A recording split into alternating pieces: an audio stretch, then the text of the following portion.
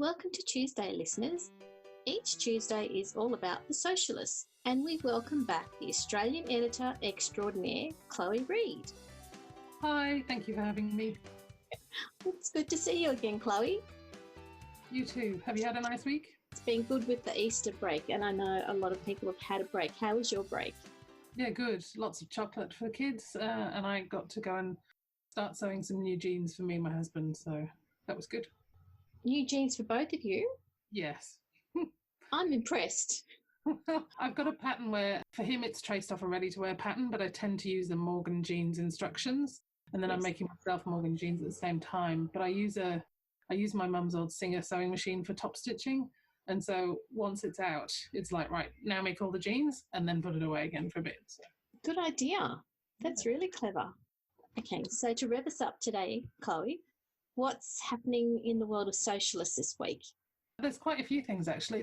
First, I thought I'd tell you, if you haven't seen it already, about the post that would have come out last night, Australian times. We post at 7 a.m. Eastern Standard Time. So for us in Australia, that's kind of 10 at night, 9 at night, something like that at the minute. Yesterday's post was an interview with Layla from Muna and Broad, which is a relatively new company who specialise in patterns for plus size women. So their pattern range starts at a 46.5-inch hip and goes up to, I can't remember, I think a 71. And then if you fall outside of their size range, they will also then design patterns for you so that nobody misses out. So the interview is really fascinating and just well worth a read. The thing that really struck me about it was that Layla, who runs the company with Jess from Fat Bobbin Girl, she sewed ages ago for her job. So she trained as, I think, a costume designer. And then she didn't sew for a long time because she kind of got over it, having done it for a job. And then she literally got back into it in May of last year. So between May of 2019 and now, she's gone from kind of not sewing at all to discovering Curvy Sewing Collective and different patterns that were out there, and now she's got her own pattern company. So I was kind of blown away by that a bit. Correct me if I'm wrong. If Layla was doing costuming a while ago and then she stopped, was she a friend of Gillian's from way back as well? Is this the same Layla? I don't know. I don't think so. I think that's Curvy Custom Bride. She was one of the founders of the Sewcialists. Mm-hmm. So different Layla, but yes, I can see where you went with it. So it's just kind of a fascinating thing. I thought, following on from talking about Gabby's posts that we spoke about last week, was that one of the things she talks about in our interview is that the way that they grade their patterns is not linear. And so when you're plus size, you have, I guess your body has different shapes that are not quite so easy to grade. You know, they're kind of, if you look at a pattern, you get quite a lot of, the lines just go out kind of 1/4 of an inch or 1/2 an inch for every size. And so, yeah, I just thought that was quite interesting and well worth a look. It sounds like a lot of thought has gone into the range and where the shape changes need to be, but in making sure that it fits the person. And all of us, I think, would kind of be able to conceptualise that in terms of, I know that when I put on weight, it goes first around my stomach and my arms stay the kind of same size. So it's not a linear thing. The grading, from the sound of it, the grading of their patterns reflects that. Great. Oh, that'd be really good to get across, yeah. So we've also got a post, which is one of our community posts, which is kind of asking for your input this week on sewing secrets.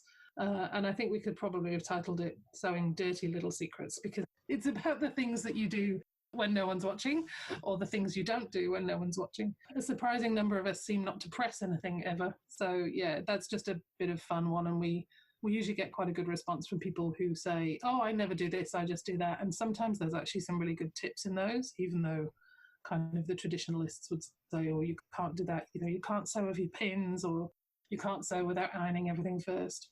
Yeah, it should be good. I mean, ironing just takes up so much time when you're trying to do something for a deadline. That's right. And it's literally the only time I iron anything. So, yes. All right. I'm not a lover of ironing. And then Friday's post, I think, is one that will challenge some people and possibly strike a chord with others. So we talked, I think, a couple of weeks ago about how we'd posted about sewing masks. Yes.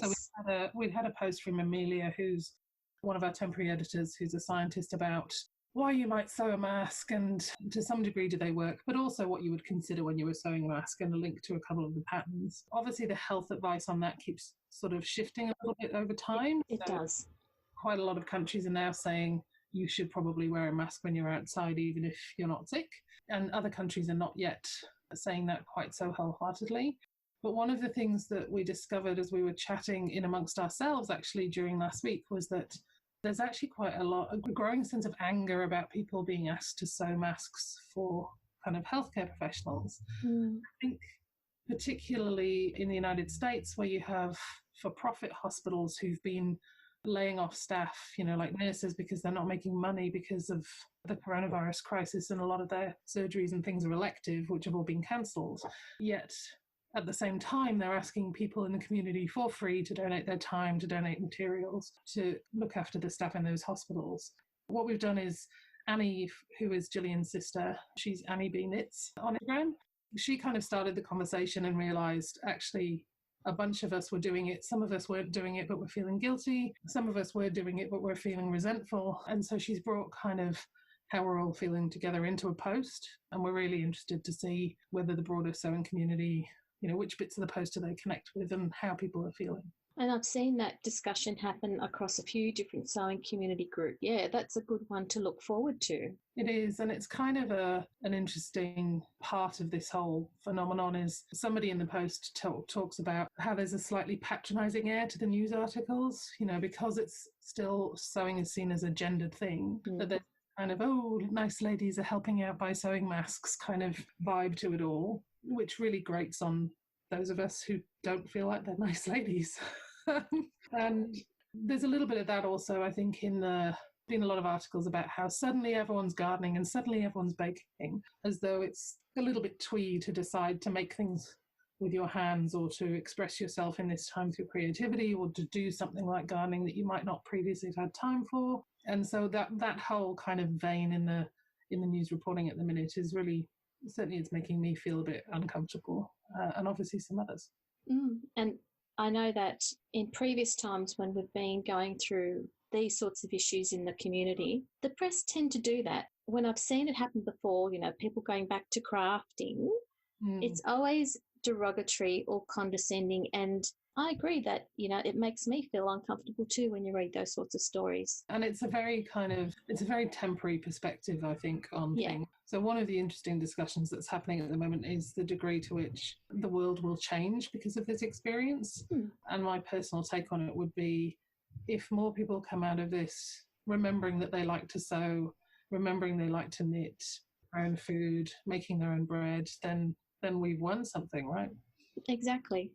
So that's going to be Friday. And then next week, just before we talk again, we've got an amazing article from someone who is, I think, originally from Germany, but has lived in Japan for a long time. And she's, I don't know what the word is, but she's a kimono maker. She's won competitions for it and she's certified as a maker of kimonos. So that's something that's coming up that's a little bit different, but also equally fascinating. So that's going to be our week on Sewcialists. It sounds like a really full week and such varied articles too.